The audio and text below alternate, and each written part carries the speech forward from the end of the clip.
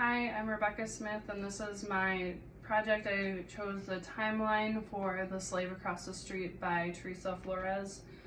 This is the first key idea I have, is them moving around a lot because it made them an easy target because they didn't have a lot of connections with other people. It was kind of just their family. This down here is a pawn and a ladder. She made sure to say that she never felt like her parents abused her, however, maybe neglected her a little bit. The father was working all the time, and the mom did suffer from some mental illnesses. It didn't sound like she wanted a family. She got pregnant, she was a Catholic in an Irish family, and felt that was her duty. The father felt that providing for the family was his, so there wasn't a lot of connection there either. And the children didn't feel very connected.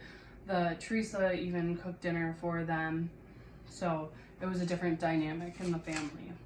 This is the bathtub. This is symbolism of Teresa's rape.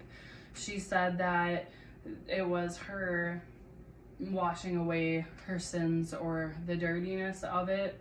But this one particularly is when Daniel first raped her, took her virginity, and he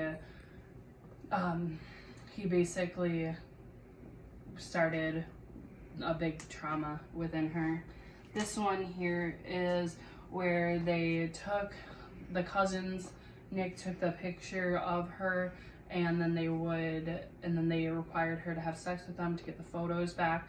However, that didn't happen. So then they pimped her out for money so that she could get her photos back. At the end of the book, she says she only ever ended up getting 2 back, and she does not have any idea how many there were or if they continued to take pictures throughout the process. Up here we go out to the stalking. Teresa was stalked, but so were her siblings, so was her whole family. She never really had any time alone. Even when she was babysitting, they called them there. This one down here it has an F on it and it's not only because her grades started slipping because of her situation. The school also failed her. When the brother or cousins went ahead and spit on her, they didn't do anything, and the security guard was right there. They all turned a blind eye to it. This one here is when Teresa was raped very badly, hundreds of men, and she went to the restaurant, and the restaurant waitress called the police. They took her home. The police officer she knew the name. He knew the name of the people doing it. However, she was too scared to talk to him about it, and even though she didn't call the police and she didn't tell them anything, they still retaliated by killing her dog. This is the point where she tells us more about how they killed rodents and shoved them in the mailbox when she wouldn't answer her phone, just to let her know who was in charge. This one right here is of the father. It's kind of the freedom. They're moving to Connecticut.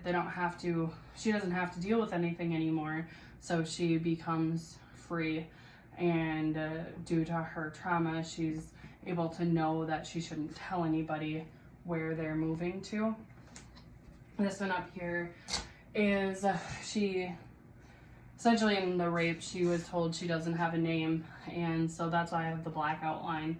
It's basically a whole bunch of nameless people, but it was a huge breakthrough when she found out Janie was also happening. She tried to help her. Janie didn't listen, but basically that she's not the only person who has experienced this. It goes on to kind of show about her recovery story. One of the main things that we've learned about is a key multidisciplinary team that really started with the police officer. There should have been an advocate maybe with him. There should have been more resources for her. However, there weren't. Even when she did go to a psychologist, they cried, or they weren't ready to handle what she had gone through. And then adverse childhood experiences, being raped and questioned if she deserved it. She thought maybe because she didn't listen to her mom, she deserved this. And which really led to it continuing to happen. And with there not being a multidisciplinary team that really fostered her not being able to get over the trauma maybe as quickly as she could have had they had a better system in place. And then as I mentioned earlier, that she was poly-victimized throughout her life and until she was able to escape from the situation. Now, there are 3 proper sexual developments that she went through, holding Jim's hand, inviting him to school with her, and then her feeling beautiful when she went to was stopped by the modeling agency. They thought that she was beautiful, and she finally saw it for herself as well. And then also when she was originally when she was attracted to Daniel. It's normal for girls to find guys attractive. Unfortunately, that led to other places. There was 3 improper ones that I saw, with not having a regular place to call home, which kind of feeds into parents who provided minimal supervision.